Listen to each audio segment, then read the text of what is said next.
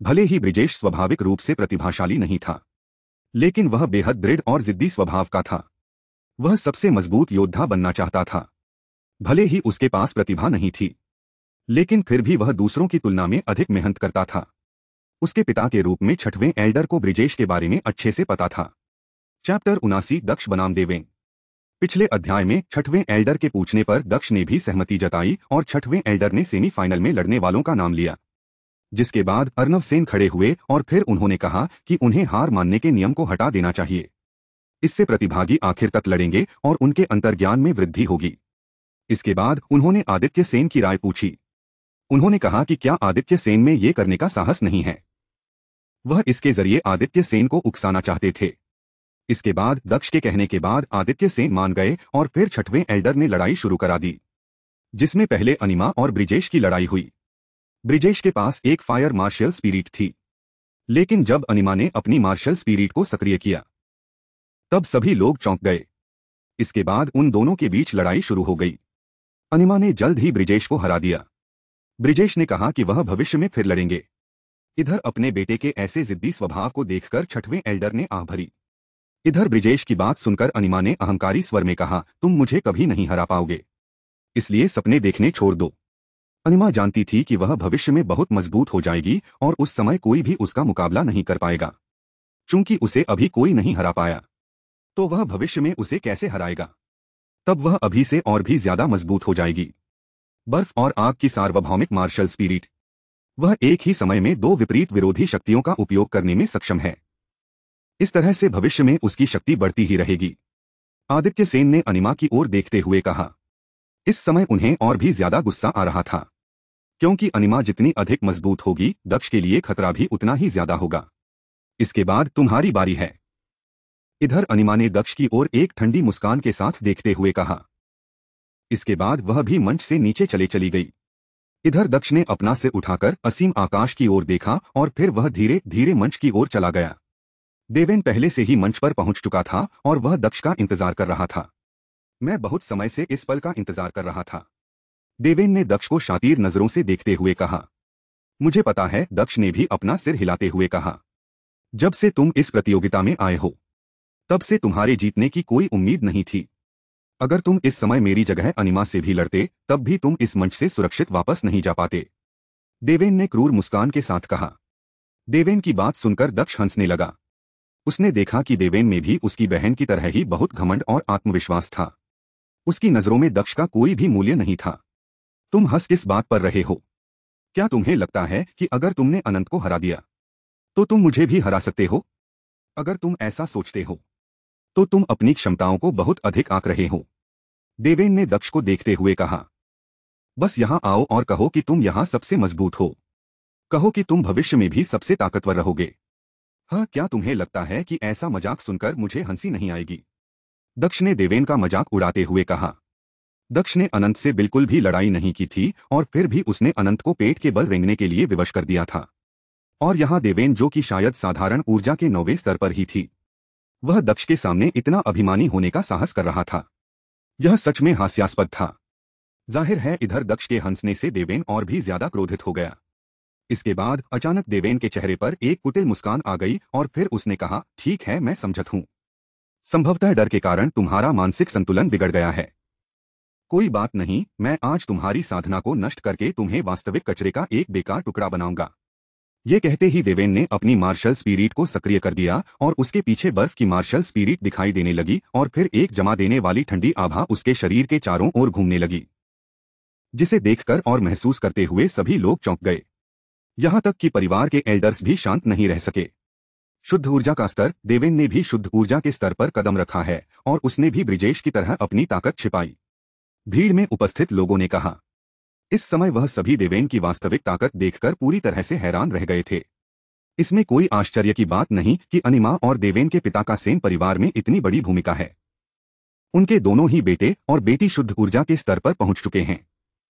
वो दोनों ही बहुत प्रतिभाशाली हैं, जो कई वर्षों में एक बार ही देखने को मिलता है। यह हमारे सेन परिवार के लिए बहुत ही खुशी की बात है। इससे भविष्य में परिवार की संभावनाएं असीमित होंगी।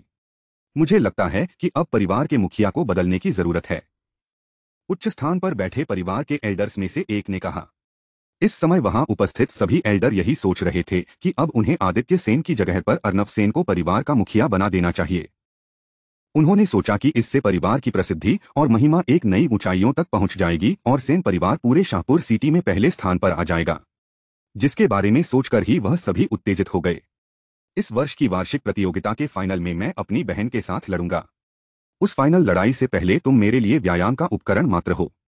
इस लड़ाई के बाद तुम और तुम्हारे पिता दोनों ही अपनी स्थिति से नीचे गिर जाओगे। इस लड़ाई के बाद तुम एक अपंग बन जाओगे और तुम्हारे पिता अपने मुखिया के पद से हटा दिए जाएंगे। उन्हें भी तो अपने अपंग बेटे की देखभाल करने के लिए अधिक समय की आवश्यकता होगी, है ना? देवेन ने आखिरकार अपना वास्तविक चेहरा दिखाते हुए कहा। ठंडी ऊर्जा इस समय पूरे क्षेत्र में फैल गई। बर्फ के मार्शल कौशल, चपलता, तकनीकें और क्षमताएं सभी बहुत मजबूत होती थी। इस समय ठंडी हवा देवेन के चारों ओर घूम रही थी। वह कहीं से भी कमजोर नहीं था। वह शायद अनिमा जितना ही मजबूत था या शायद उससे भी अधिक मजबूत था। बहुत जल्द दक्ष का शरीर बर्फ की मोटी परत से ढक गया। इस समय तक लड़ाई ठीक से शुरू भी नहीं हुई थी और दक्ष पहले से ही प्रभावित हो चुका था। लाइटनिंग थंडर, इधर दक्ष ने भी अपना हमला शुरू कर दिया। अगले ही पल वहां वातावरण में बिजली की गर्जनाएं गूंज उठी, जिससे वहां उपस्थित सभी लोग स्तब्ध रह गए। फिर इसके तुरंत बाद दक्ष के शरीर को ढकने वाली बर्फ की मोटी परत तुरंत मोम की तरह पिघल गई और दक्ष ने तुरंत अपनी पीठ से तलवार निकाल ली। इस समय दक्ष की तलवार से बिजली की तेज रोशनी निकल रही थी। जब लोगों ने दक्ष की तलवार से निकलने वाली रोशनी को देखा तो वह सभी ये जान गए कि दक्ष में भी असाधारण प्रतिभा है। हालांकि इस समय सभी लोगों की नजरें केवल देवेन, अनिमा और ब्रिजेश पर ही थी, क्योंकि उन तीनों ने ही शुद्ध ऊर्जा के स्तर पर कदम रख लिया था। इधर दक्ष ने अपनी तलवार को देवेन की दिशा में बढ़ा दिया। देवेन ने दक्ष के हमले को गंभीरता से नहीं लिया। उसने धीरे से अपनी हथेली ऊपर उठाई और फिर अगले ही पल उसकी हथेली से एक ठंडी ऊर्जा निकलकर दक्ष की ओर बढ़ गई। जब दक्ष की तलवार ठंडी ऊर्जा से टकराई तब उसकी तलवार के ऊपर बर्फ की परत जम गई। लाइटनिंग थंडर, दक्ष ने चिल्लाते हुए कहा। दक्ष की हरकतें और भी तेज और फुर्तीली हो गई। तलवार के तेजी से हिलने के कारण उत्पन्न कंपन से तलवार के ऊपर जमने वाली बर्फीली परत टूटकर बिखर गई और फिर दक्ष की तलवार दोबारा देवेन की ओर बढ़ गई। हम्फ! ये देखकर देवेन ने ठंडे चेहरे के साथ दक्ष को देखा और फिर उसने अपनी हथेली दक्ष की तलवार की दिशा में बढ़ा दी। तब एक तेज और मजबूत बर्फीली ऊर्जा देवेन की हथेली से निकली और दक्ष की तलवार की नोक से टकरा गई, जिससे दक्ष की तलवार कांपने लगी और पूरे क्षेत्र में एक मजबूत ठंडी ऊर्जा भरने लगी। जो योद्धा शुद्ध ऊर्जा के स्तर पर पहुंच गए हैं वह वास्तव में बहुत मजबूत है। ऊर्जा, फुर्ती और ताकत किसी भी साधारण ऊर्जा के स्तर के योद्धा से कहीं अधिक मजबूत है, दक्ष ने कहा।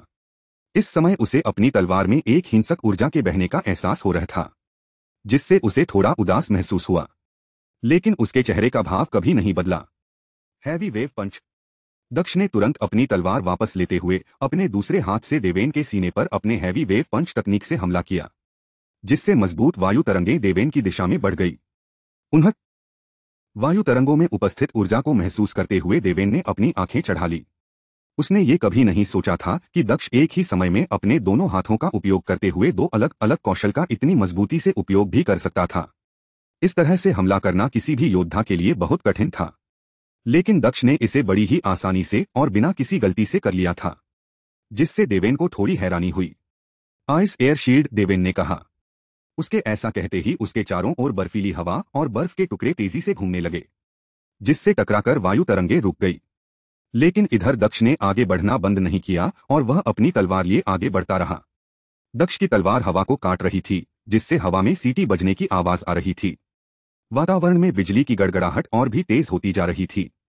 दक्ष अपने पैरों पर बिना पीछे हटे पहाड़ की तरह खड़ा हुआ था, जो कदम दर कदम आगे बढ़ रहा था। दक्ष की तलवार इस समय एक क्रूर ड्रैगन अजगर की तरह दिख रही थी, जो अपने साथ भयंकर तूफान लिए आगे बढ़ रही थी। बहुत खूब, आदित्य सेन मुस्कुराते हुए धीमी आवाज में कहा। वह अपने बेटे की ऐसी ताकत देखकर बहुत खुश हो रहे थे। आदित्य सेन ने कहा, तो ये है दक्ष की असली ताकत। चाल, कौशल, तकनीक सभी मेरी अपेक्षाओं से कहीं बेहतर है। ये कहते हुए इस समय आदित्य सेन के चेहरे पर एक बड़ी सी मुस्कान थी। इस समय दक्ष की तलवार से निकलने वाली ऊर्जा से देवेन के चारों ओर घूमने वाली बर्फीली हवा बिखर गई, जिससे देवेन को प्रतिक्रिया का सामना करना पड़ा और उसे एक कदम पीछे हटना पड़ा। भले ही वह केवल एक कदम ही पीछे हटा था, लेकिन वह शुद्ध ऊर्जा के स्तर का एक योद्धा था। साथ ही वह अत्यधिक अहंकारी और अभिमानी भी था। उसने शुरू में यहां तक कहा था कि वह दक्ष को बस अपने व्यायाम का एक उपकरण मानता है। दक्ष उसके सामने कुछ नहीं है। लेकिन अभी दक्ष के तलवार का प्रत्येक हमला पहले की तुलना में अधिक मजबूत था, जिससे उसे पीछे हटने पर मजबूर होना पड़ा। इस समय उसके चेहरे पर वह अभिमान और अहंकार नहीं था जो उसके चेहरे पर तब था जब उसने दक्ष से कहा था कि वह दक्ष को आसानी से हरा सकता है। इस समय उसे एक ऐसे व्यक्ति द्वारा पीछे धकेला गया था जो शुद्ध ऊर्जा के स्तर पर भी नहीं था। इससे उसे बहुत अपमानित महसूस हो रहा था। इस समय उसका गुस्सा बढ़कर 7वें आसमान पर चला गया था और वह इस समय अपने गुस्से को नियंत्रित नहीं कर पा रहा था।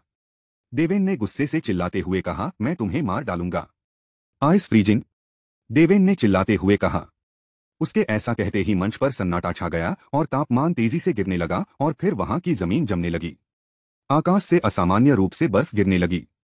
बर्फ के टुकड़े मंच पर गिरने लगे और कुछ टुकड़े देवेन के चारों ओर घूमने लगे, जिससे वह देवेन के चारों ओर बर्फ की एक ढाल की तरह दिखने लगा।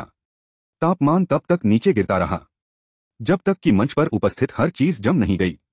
अगर तुम मुझे मारना चाहते हो तो इसके लिए सबसे पहले तुम्हारे पास ऐसा करने के लिए ताकत होनी चाहिए, दक्ष ने उदासीन स्वर में कहा। इस समय बर्फ उसके ऊपर गिर रही थी, जिससे वह सफेद दिखने लगा। उसकी भौहें ठंडी हो गई, लेकिन इस समय उसकी आंखें हमेशा की तरह शांत थी। वह हमेशा की तरह स्थिर और शांत होकर अपनी जगह पर खड़ा रहा। इसके बाद दक्ष ने एक कदम आगे बढ़ाया, जिससे मंच हिलने लगा। न केवल मंच बल्कि उसके नीचे की जमीन भी कांपने लगी। बर्फ के इस क्षेत्र में दक्ष की ऊर्जा कमजोर नहीं हुई थी, बल्कि और भी अधिक मजबूत हो गई थी। दक्ष की ऊर्जा मजबूत होने से उसकी ताकत भी कहीं अधिक बढ़ गई थी। दक्ष ने इस समय अपनी पूरी ताकत का उपयोग करते हुए देवेन को मारने का मन बना लिया था। उसने बर्फ में उपस्थित बर्फ के बल को अवशोषित करना शुरू कर दिया और उसे अपनी मुट्ठी और अपनी तलवार की नोक में केंद्रित कर दिया। दक्ष न केवल बर्फ के बल को अवशोषित कर रहा था, बल्कि वह आकाश और पृथ्वी के बल को भी उधार ले रहा था। इस समय उसके द्वारा अवशोषित बल एक भयानक स्तर पर पहुंच चुका था। इसके बाद दक्ष ने अपनी बाईं मुट्ठी में बल को केंद्रित किया, जबकि उसके दाएं हाथ से उसने अपनी तलवार की नोक से देवेन के ऊपर हमला करने के लिए उसे देवेन की ओर बढ़ा दिया। इस समय उसकी तलवार से पृथ्वी को चकनाचूर करने वाली तेज बिजली की गड़गड़ाहट निकल रही थी।